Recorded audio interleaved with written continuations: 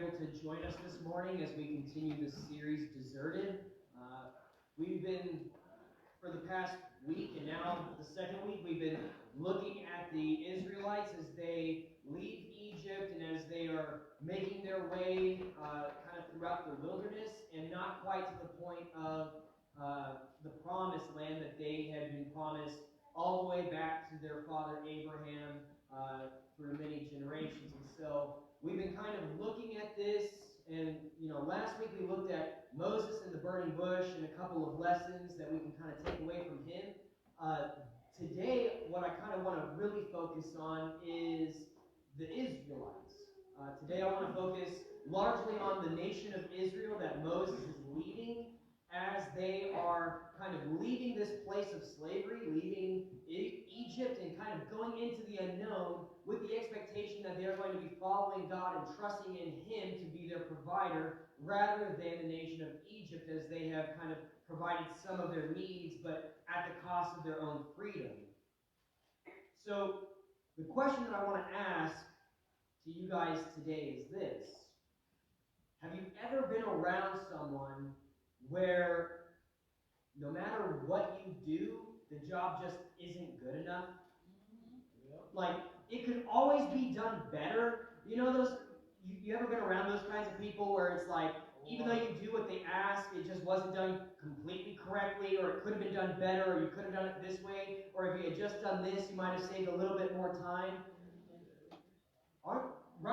Right, and that's kind of the mindset, is like, if I'm not going to do it well enough, then you just do it.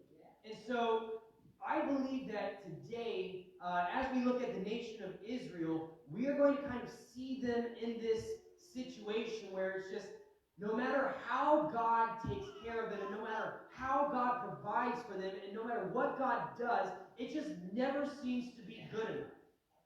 It could always be done better, and it's almost as if Israel is like, we know better than God, and He should have done it this way. And so today, I'm sorry if you guys are a big fan of all of the plagues and all of that stuff. I'm really not going to be focusing on that. That's kind of not the focus. But I do just kind of want to recap what happens in between Moses approaching the burning bush and where we are going to find the nation of Israel in today's passage.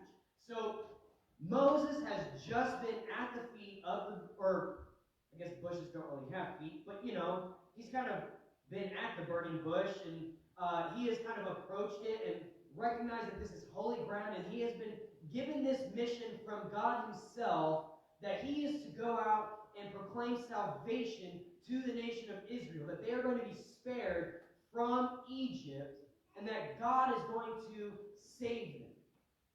That he needs to go to Pharaoh and tell him to let God's people go. Now, if you're familiar with the story of the 10 plagues, based on the name, the 10 plagues, Pharaoh doesn't quite get it right the first time. You see, a series of plagues take place. You see, Moses goes and he talks to Pharaoh, and Pharaoh says, "I'm not letting them go." And so plague number 1 happens. Moses goes and says, "Let them go." He says, "I'm not doing it." Plague 2. And the same thing repeats for a total of 10 plagues. And after the 10th plague, Pharaoh is so distraught because the 10th plague is the death of the firstborn of all of the Egyptian males. And so after that takes place, Pharaoh says, "Take them, get out. Just leave." And so I want you to keep this in mind. The nation of Israel has watched 10 plagues unfold on their captives, the ones who are enslaving them, those who have been oppressing them, they've been beating them, they've been forcing them into hard labor in the hot days of the sun in Egypt in the desert. And it takes 10 plagues for Pharaoh to let them go. And the Israelites, they see this unfold. And even more impressive, they see it unfold only to the Egyptians. Israel is not impacted by these plagues. Not really. I mean, a river is a river, so when that thing turns to blood, like everybody's kind of impacted. But for the most part, the nation of Israel is really kind of spared from the complete brutality of some of these plagues. Right? Israel does not lose the firstborn son. They don't have to deal with really the famine. They're protected from these things. And God takes care of them in these situations. And when Pharaoh finally says that they are free to go, they're more than happy. Suddenly, Israel is super content. They're happy with where they're at. They're glad that God got them out of this situation. They're glad to be out of these rough times. And they're walking with Moses, and everything is great. And Pharaoh changes his mind. After letting them go, after Israel is kind of on this journey out of Egypt, Pharaoh changes his mind, and that's where I want us to pick up today. If you have your Bibles, we're going to be in Exodus chapter 14. We're going to start in verse 5. And it says this, if we can go ahead and put that up. When the king of Egypt was told that the people had fled, Pharaoh and his officials changed their mind about the people and said, "What have we done? We have released Israel from serving us." So he got his chariot ready and took his troops with him. He took 600 of the best chariots and all the rest of the chariots of Egypt, with officers in each one. The Lord hardened the heart of Pharaoh, king of Egypt, and he pursued the Israelites who were going out defiantly. The Egyptians, all Pharaoh's horses and chariots, with his horsemen and his army, chased after them and caught up with them as they camped by the sea beside Pi Hahiroth, in front of Baal Zephon. As Pharaoh approached, the Israelites looked up, and there were the Egyptians coming after them. The Israelites were terrified and cried out to the Lord for help. They said to Moses, "Is it because there are no graves in Egypt that you have taken us away to die in the wilderness? What have you done to us by bringing us out of Egypt? Isn't this what we told you in Egypt? Leave us alone so that we may serve the Egyptians? It would have been better for us to serve the Egyptians than to die in the wilderness." But Moses said to the people, "Don't be afraid. Stand firm and see the Lord's salvation that he will accomplish for you today. For the Egyptians you see today, you will never see again. The Lord will fight for you, and you must be quiet." Now, I want to go ahead and pause there. I want to go ahead and take a quick break and kind of let that really soak in. The nation of Israel has been oppressed and enslaved. Keep in mind, like we kind of talked about last week, it has been over 300 years. There have been multiple generations that have grown up in slavery. They've grown up in slavery, in hard labor, waking up at the beginning of the day and not going to bed until the very end of the day, and all in between, they're heaving heavy bricks, they're working very hard, they're working the fields, and keep in mind, this is not 2023 kind of field work. They are plowing the fields by hand, they are sowing the seeds by hand, they are harvesting grain by hand, they're doing everything in the hardest ways imaginable, and as if that's not enough, every time that they start to slack up just a little bit, they get hit by an Egyptian for not working hard enough.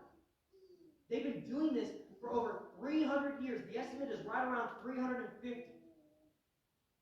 So almost approaching 400 years this has been going on. And God calls Moses to pull them out of this. They're supposed to be removed from slavery, and they've been promised a land flowing with milk and honey. This is a well-off land. It's fertile land. It's a land that they can call their own. When they harvest and plant in the fields, when they take care of these things, it's for themselves. It's not for someone else. And God pulls them out of it by showing all of these plagues. Israel watches the Nile turn to blood. He watches the swarms of gnats. He watches all of the Egyptians be hit with boils and sores that cover them from head to toe. And they look around, and not a single Israelite has boils, only their oppressors. They see the firstborn of Egyptian sons die. And they choose to trust God by putting the blood of a lamb over their doorposts, and they are all spared from what happened to the Egyptians. They see all of these things happen 10 times. And the second that they are in a rough patch, they so quickly want to abandon it. It's like that. Suddenly, everything God had done, it just wasn't done well enough. Like, God, why did you only kill the firstborn? Why didn't you just kill all of them? God, why did you turn the Nile to blood? Maybe there's a way for them to filter it and still drink it. Why didn't you just dry it up completely? God, why didn't you give them boils? Why didn't you also give them these diseases that would kill all of them? God, why didn't you give a famine? Why didn't you just, make it to where they would never have food ever again? And now they see Egypt approaching, and as if God had not done any of that stuff, they're like, Moses, why did you even bring us out here? At least we had food on our table when we were enslaved. At least we got to eat a meal. It would be better if we had just stayed in slavery. Yeah, the work was kind of hard, but now the Egyptians are just going to kill us anyway. And Moses' response is to not be afraid, to stand firm. And I love that last little phrase that he gives them, to be quiet.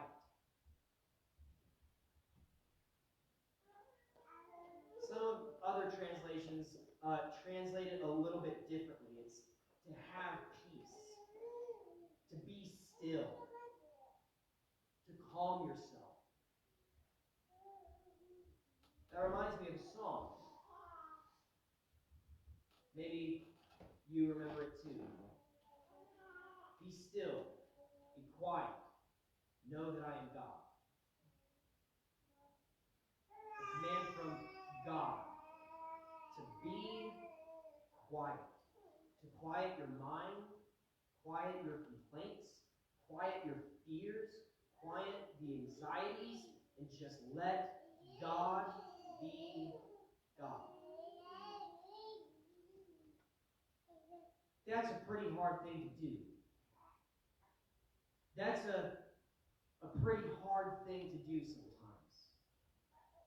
When you look out in life and you see all these difficult situations, when you look out and you maybe don't see an army of Egyptians coming after you, but maybe you look out and you can't help but have fear about debt. You look out in our country and the state of some of the political decisions that are being made, and you can't help but think, when is this going to really start to affect us? You start to look and you can't help but see these threats to our way of life, and it gets so easy to think, where is God in all of this? Sometimes you see problems in your life, very personal issues, sicknesses, you've lost loved ones. You've dealt with all kinds of issues, and you see things, and you can't help but look at it and say, God, I know you've worked in other ways, but why didn't you work this way? Why didn't you prevent this? Why didn't you stop that? Why didn't you do it this way instead of that way? Maybe it's time for us to be quiet, to have peace, to rest, to still our minds, and to trust that God is God. He's God in the good, and He's God in the bad.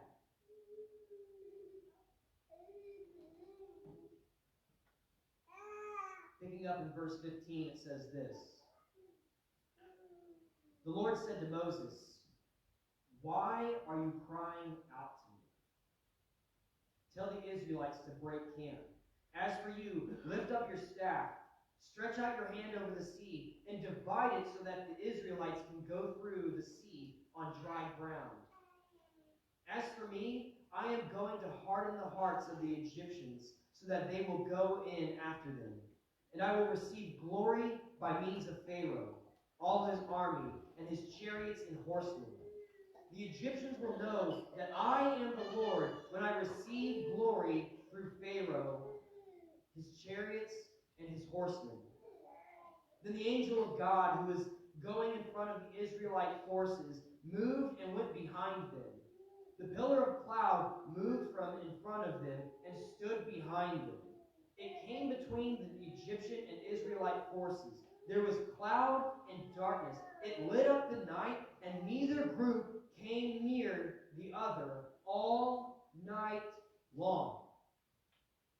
Then Moses stretched out his hand over the sea. The Lord drove the sea back with a powerful east wind all that night and turned the sea into dry land. So the waters were divided, and the Israelites went through the sea on dry ground, with the waters like a wall to them on their right and their left. The Egyptians set out in pursuit, all Pharaoh's horses, his chariots, and his horsemen, and went into the sea after them. During the morning watch, the Lord looked down at the Egyptian forces from the pillar of fire and cloud, and threw the Egyptian forces into confusion. He caused their chariot wheels to swerve and made them drive with difficulty.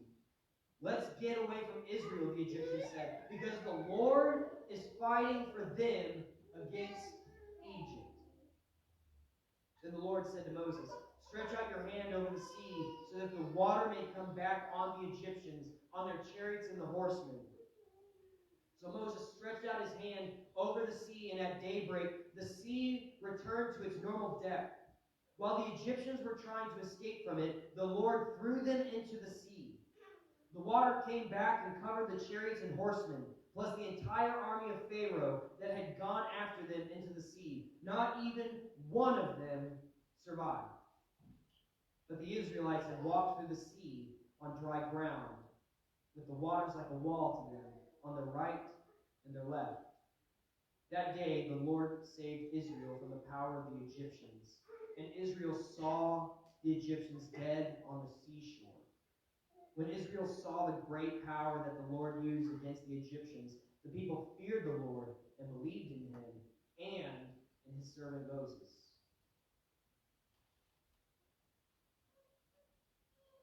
Now, here's what I want to say. That is a pretty powerful testimony.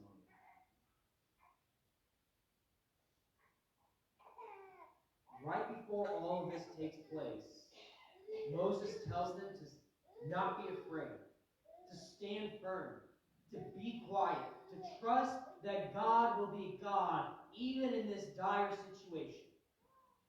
Even as they see an army approaching to slaughter them all, and they fear for their lives, Moses says to still your mind, to have peace, to be quiet, to stand firm. Because the Lord will deliver them. The Lord will provide salvation for the nation of Israel. Now, I've seen my fair share of movies kind of depicting what happens, and because it's a movie, they can't really quite do it justice. Many times you watch a movie, whether it's Prince of Egypt, maybe the Ten Commandments. I'm not sure quite how far they go in the Ten Commandments. I never watched it. My mom really liked it. But many movies that kind of depict what happens in this situation, they do it very quick. Moses parts the sea, everything's good, they walk walk through on solid ground. It's all dry, no problems. They make it through. It takes about 10 minutes, and they're on the other side. And then as the Egyptians come in, all the water crashes in around them. Boom, no more Egyptian army. That's not what happens. I don't know if you've ever looked on a map. The Red Sea is not something that gets passed through in 15 minutes. This sea is miles long. And when you have probably upwards in the millions worth of Israelites all having to pass through from one side to the other, and it's not just them, they're carrying their children, they're bringing all of their stuff, they have donkeys, they have wagons that are being pulled. Remember, this is before the time of automatic tools, this is before cars. They didn't drive through this bad boy in 30 minutes. It's this took a long time. This took a long time. It even talks about how God dealt with the Egyptians. They enter into the sea as the ground is dry. They enter in behind Israel, and God has to go and confuse them and mess with the wheels of their carts and their chariots to prevent them from getting to the nation of Israel. And not once do they ever encounter each other. Not once. So keep in mind, you have Israel walking on foot across this sea, and you have a lot of chariots and horsemen behind them. Now, I've never been to the Kentucky Derby, and I've never really seen a whole lot of racing as far as horses go, but even a walking horse is probably going to be moving a lot faster than a million walking people. It's not like Israel just got such a great head start that they were just so far ahead and able to make it through the sea before Egypt gets there. The Egyptians are literally there with the nation of Israel and can never once come in contact with them. And do you know why? It's because God provides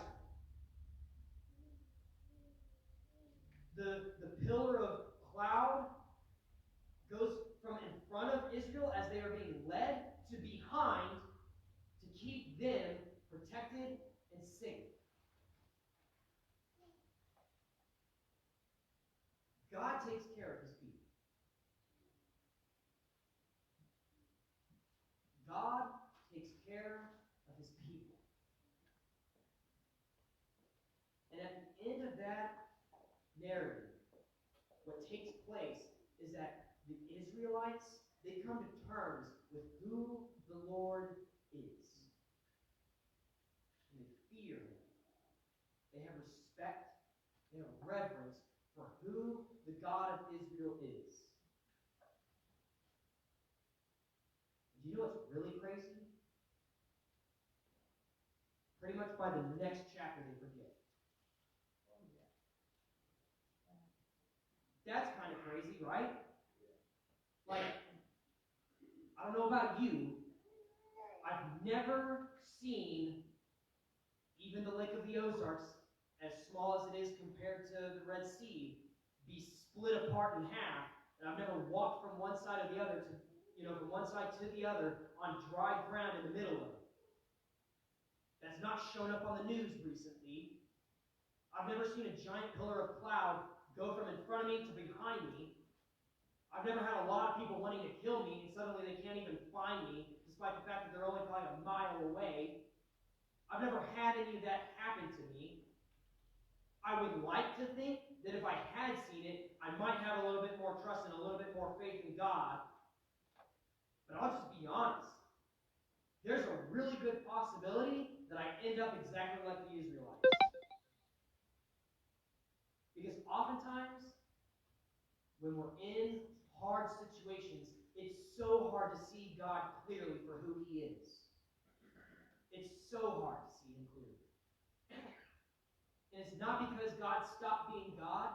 It's not because God stopped taking care of us. It's just because in our present circumstance, it's so hard to see clearly.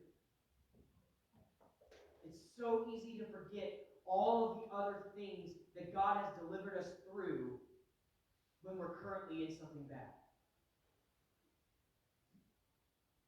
But there's a couple of truths that I want to point out. The first one is this. When we find ourselves in a hard situation, sometimes you just have to be quiet. When you find yourselves in a tough place, when you're dealing with the loss of a loved one, when you find yourself battling a sickness, when you find yourself in situations that you never thought you would be, when you're on the verge of losing your house, when you're on the verge of economic collapse, when you're looking out into the country and you can't help but start to get nervous about what's taking place right before our eyes, sometimes you just have to be quiet. Because when we're quiet, oftentimes that's when we know that God is still God. That he still sits on his throne. That he still reigns supreme. That his ways are not our ways. That the way he does things, although they might be different from how we would do them, they are good and they are for our benefit. And oftentimes it's difficult to see what that benefit is. I've dealt with loss. I've dealt with sickness. I've dealt with grief. I've dealt with not knowing what's coming next. I've dealt with uncertainty. I've been in the seat next to where you're at. I've been there. And this is something that I have to remind myself every day. That when things look hard, when they're tough, when I can't keep my mind from racing from one thing to the next, sometimes I just have to be quiet and know that he is God. And the reason for that is the second point, and it's this. That God saves his people. I can be quiet. I can still my mind. I can trust that God is God because God saves his people. He saved the nation of Israel. And as we look, we're going to see God save them time and time again. They'll be saved from invading armies. They'll be saved from hunger. They'll be saved from thirst. They'll be saved from their own foolish ideas. God saves his people. And the truth is this, that about 2,000 years ago, God made a way to save you and to save me. We can trust in his word. Jesus Christ, God in the flesh, he died on a cross. He was brutally beaten, he was tortured, and he was executed. And he raised from the dead so that you and me could be saved. The New Testament talks about us being grafted into the vine of Israel. That God's chosen people that he had established, that he had saved time and time again in the Old Testament, you and I, we can be grafted into that because of what Jesus did on the cross all those years ago. My hope and my prayer is that that is where you place your trust. That when you're faced with difficult situations, you're able to be quiet and know that God is still God, even when it doesn't feel like it at times. Let's pray. Heavenly Father, I thank you for this day that you've given us. God, I thank you for all of the ways that you worked in the Old Testament. I thank you for the promises that you've given to Israel. I thank you for the things that we can read that you did for them. God, I thank you especially that they are an example of what we can be like at some times. God, that even when you take care of them, they still question where you were. They still question how you worked. God, I thank you that you're not done with us just because we have questions and we have doubts. God, I thank you that you provide for us, that you save us, that you take care of us time and time again. God, I thank you that even if we face really terrible things in our lives, God, that we can rest in your salvation that you give to us. That even if we never see salvation and our hard situations getting easier in this present earth, we can rest in the fact that you will have us reunited with you. God, that every difficult situation we deal with on this present earth, God, that when we are reunited with you, it's as if they never mattered and never happened. God, I thank you for your provision. We love you and we thank you for all the ways that you take care of us. And we especially thank you for the work of your Son, Jesus. And it's in his name that we pray. Amen. As per usual, this will be the time of invitation. So if you have any decisions that you would like to make, any prayer requests that you would like to have lifted up, this will be the time to do so as the band comes and leads us